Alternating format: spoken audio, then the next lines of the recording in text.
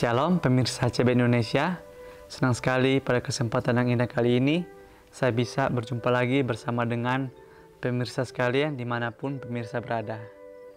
Pada kesempatan yang indah kali ini saya akan bawakan sebuah bacaan dari buku yang berjudul Bersama Tuhan di Waktu Fajar. Buku ini dituliskan oleh Nyonya Ellen G. White, dan melalui buku ini kita akan diajak dengan doa dan bimbingan darinya. Kita dapat diyakinkan bahwa pada hari yang mulia itu, ketika Yesus kembali untuk mengklaim miliknya, kita akan menunggunya di sana dengan tangan terbuka dan disambut kehadiratnya yang kekal. Nah, jadi ini merupakan suatu janji yang begitu indah, di mana apabila kita mau untuk terus berhubungan dengan Tuhan, entah itu ketika kita baru bangun dan juga ketika kita akan tidur, maka apabila saatnya tiba, Tuhan itu akan datang dan menjemput kita, umat-umat yang setia menunggu kedatangannya, sehingga kita akan bisa hidup bersama dengan Tuhan selama-lamanya. Pada kesempatan yang indah kali ini, bacaan yang saya ambil terdapat di dalam halaman 283. Tapi sebelum saya akan membawakan bacaannya, saya ingin agar saudara mau untuk mengundang orang-orang di sekitar saudara untuk duduk menonton bersama, sehingga bacaan yang akan saya sampaikan sebentar dapat kita semua dengarkan, diskusikan, dan kita pahami bersama-sama. Bacaan kita kali ini berjudul Tuhan Memimpin.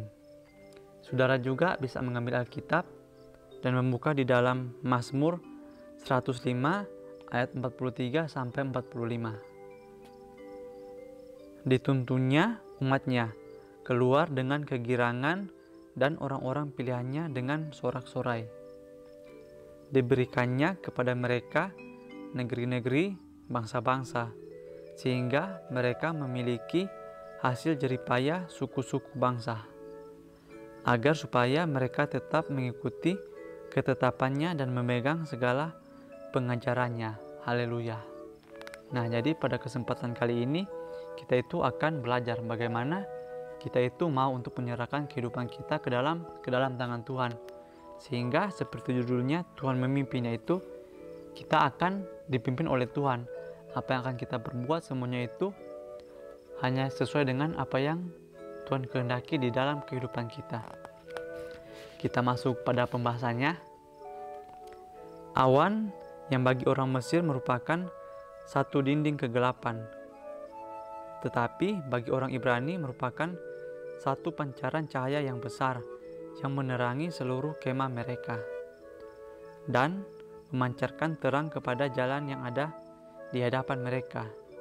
Demikian pula halnya dengan pimpinan ilahi. Bagi orang yang tidak percaya, itu mendatangkan kegelapan dan putus asa. Sementara bagi orang yang berharap, itu dipenuhi oleh terang dan damai. Jalan di mana Tuhan memimpin boleh jadi melalui padang pasir atau laut, tetapi itu adalah satu jalan selamat. Bacaan ini diambil dari buku Alfa dan Omega, jilid 1 halaman 336 sampai 337. Nah, jadi di awal pembahasan kita kali ini diceritakan kembali mengenai Tuhan, bagaimana Dia memimpin bangsanya. Di sini juga dikatakan bahwa awan yang bagi orang Mesir merupakan satu dinding kegelapan, tetapi bagi orang Ibrani merupakan satu pancaran cahaya yang besar yang menerangi seluruh kemah mereka. Nah, itu benar sekali. Seperti yang dikatakan, diaplikasikan di sini bahwa pancaran kasih ilahi itu merupakan sesuatu atau ancaman bagi orang-orang yang tidak mau mendengarkan perintah Tuhan. Mengapa? Karena Tuhan itu Dia itu memberikan suatu contoh yang begitu baik dan benar. Tetapi sebaliknya, bagi orang-orang yang tidak mau mengikuti ajaran Tuhan, mereka akan menganggap bahwa hal tersebut itu mengganggu atau membuat mereka tidak menjadi nyaman, karena mereka melanggar aturan-aturan yang Tuhan berikan di dalam kehidupan kita semua. Tetapi sebaliknya juga, Untuk orang-orang yang mau mengikuti ajaran Tuhan, orang-orang yang mau percaya kepada Tuhan, maka peraturan tersebut akan selalu diikuti. Dan juga orang-orang yang percaya kepada Tuhan, mereka itu akan menganggap aturan atau hukum yang diberikan itu adalah hal yang baik, karena melalui hal tersebut kita itu tidak akan jatuh ke dalam dosa. Sehingga melalui paragraf pertama ini kita itu diajarkan, kita itu harus mau untuk memanggil Tuhan datang di dalam kehidupan kita, sehingga ketika Dia datang di dalam kehidupan kita, maka kita juga akan dengan senang hati mengikuti aturan-aturan yang Tuhan berikan di dalam kehidupan kita. Contoh kecil yang saya mau berikan juga itu di dalam sekolah. Tentu jika kita bersekolah, kita itu memiliki aturan-aturan, yaitu tidak boleh memiliki rambut yang panjang, tidak boleh terlambat datang ke sekolah, dan berbagai hal-hal kecil yang lainnya. Sehingga apabila kita mengikuti aturan tersebut, tentu itu akan berdampak baik juga untuk pribadi kita. Tapi sebaliknya, apabila kita melanggar hal tersebut, kita datang terlambat ke sekolah, tentu kita akan ketinggalan pelajaran. Jadi di sini kita itu harus mengikuti aturan-aturan yang Tuhan berikan di dalam kehidupan kita, sehingga apabila kita mengikuti apa yang Tuhan kehendaki di dalam kehidupan kita, maka saya yakin dan percaya kehidupan kita ini bisa menjadi kehidupan yang bahagia, karena kita itu tidak memiliki beban lagi di dalam kehidupan kita setiap harinya. Tuhan tidak pernah memimpin umatnya, kecuali mereka itu sendiri memilih untuk dipimpin. Jika mereka dapat melihat kesudahan dari permulaan dan memandang kemuliaan dari maksud yang sedang mereka genapi sebagai teman sekerja dengan Dia. Bukannya Henokh yang telah diubahkan dan naik ke surga, bukannya Elia yang naik ke surga dengan kereta berapi, yang lebih besar atau lebih dihormati daripada Yohanes Pembaptis, yang telah binasa sendiri di dalam gua. Sebab kepada kamu dikaruniakan bukan saja untuk percaya kepada Kristus, melainkan juga untuk menderita demi Dia.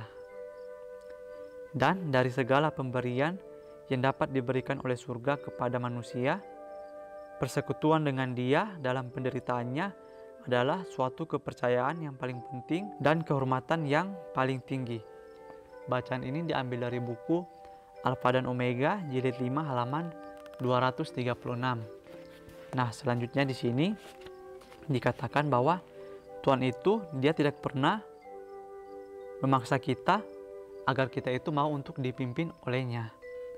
Karena jika Tuhan memaksa kita agar kita mau mengikutinya, maka itu sama halnya seperti kita ini tidak mengikutinya karena kemauan kita, tapi kita itu mengikutinya karena terpaksa.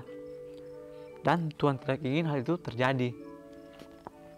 Tetapi kita itu di sini sebagai manusia itu kita diberikan power of choice, yaitu kekuatan untuk kita memilih apakah kita mau untuk memilih mengikuti Tuhan dan mengikuti segala peraturannya, atau kita itu memilih untuk mengikuti keinginan kita sendiri, keinginan yang mungkin saja kita itu berlawanan dengan aturan-aturan yang Tuhan tetapkan di dalam kehidupan kita.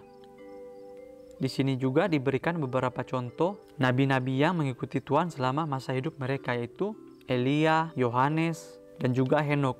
Nah, jadi dari ketiga contoh ini, apabila kita membaca kisahnya di dalam Alkitab, mereka itu selama masa hidupnya, mereka itu selalu mengundang Tuhan agar memimpin kehidupan mereka, sehingga mereka itu menjalani kehidupan mereka itu sesuai dengan kehendak Tuhan. Dan juga apabila kita membaca kisah-kisah mereka di dalam Alkitab, maka kita itu juga itu bisa menjadi sama seperti nabi-nabi yang berada di dalam Alkitab, di mana mereka itu meskipun sederhana tetapi mereka itu merasa bahagia di dalam kehidupan mereka, karena mereka menggunakan waktu, tenaga, dan juga kesempatan untuk menjadi pelayan Tuhan. Sehingga apabila kita juga mau untuk menggunakan waktu, kesempatan, dan juga kekuatan kita, dan kita mengundang Tuhan untuk menjadi pemimpin di dalam kehidupan kita, maka kita juga akan merasakan kebahagiaan yang berasal daripada surga di dalam kehidupan kita. Karena Tuhan itu hadir di dalam hati kita masing-masing. Di sini juga dikatakan bahwa sebab kepada kamu dikaruniakan bukan saja untuk percaya kepada Kristus, melainkan juga untuk menderita demi Dia. Dan juga persekutuan dengan Dia dalam penderitaannya adalah suatu kepercayaan yang paling penting dan kehormatan yang paling tinggi. Nah, itu benar sekali. Kita itu apabila kita mengaku menjadi pengikut Tuhan, maka kita itu tidak boleh hanya mau untuk terus menerima berkat-berkat yang Tuhan berikan. Dan ketika pencobaan datang atau musibah datang, kita itu mulai mengeluh. Mengapa ketika kita mau untuk melayani Tuhan, menyerahkan waktu kita untuk Tuhan, begitu banyak cobaan yang datang. Tetapi seperti yang dikatakan di sini, kita itu harus mau menerima apapun yang Tuhan berikan. Kita itu harus percaya bahwa itu adalah yang terbaik untuk kita pada saat itu juga. Dan janganlah ketika kita mendapatkan suatu masalah, kita itu mengeluh kepada Tuhan. Perbuatan Tuhan bagi umatnya harus sering diulang-ulang. Betapa sering tanda-tanda peringatan dibuat oleh Tuhan kepada bangsa Israel, agar mereka tidak melupakan sejarah masa lalu. Dia memerintahkan Musa untuk merangkai peristiwa-peristiwa itu menjadi suatu nyanyian, agar orang tua dapat mengajarkan kepada anak-anak mereka. Kutipan ini atau bacaan ini diambil dari buku Testimonies jilid 6 halaman 364 sampai 365. Nah, jadi pada akhir pembahasan kita kali ini, di sini Tuhan itu bekerja di dalam kehidupan kita dengan cara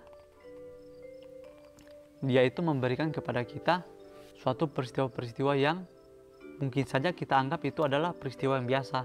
Tapi apabila kita kembali lagi mengingat masa lalu kita mengingat berbagai macam hal yang kita lalui, maka tanpa kita sadari begitu banyak atau begitu besar mujizat-mujizat yang Tuhan berikan di dalam kehidupan kita.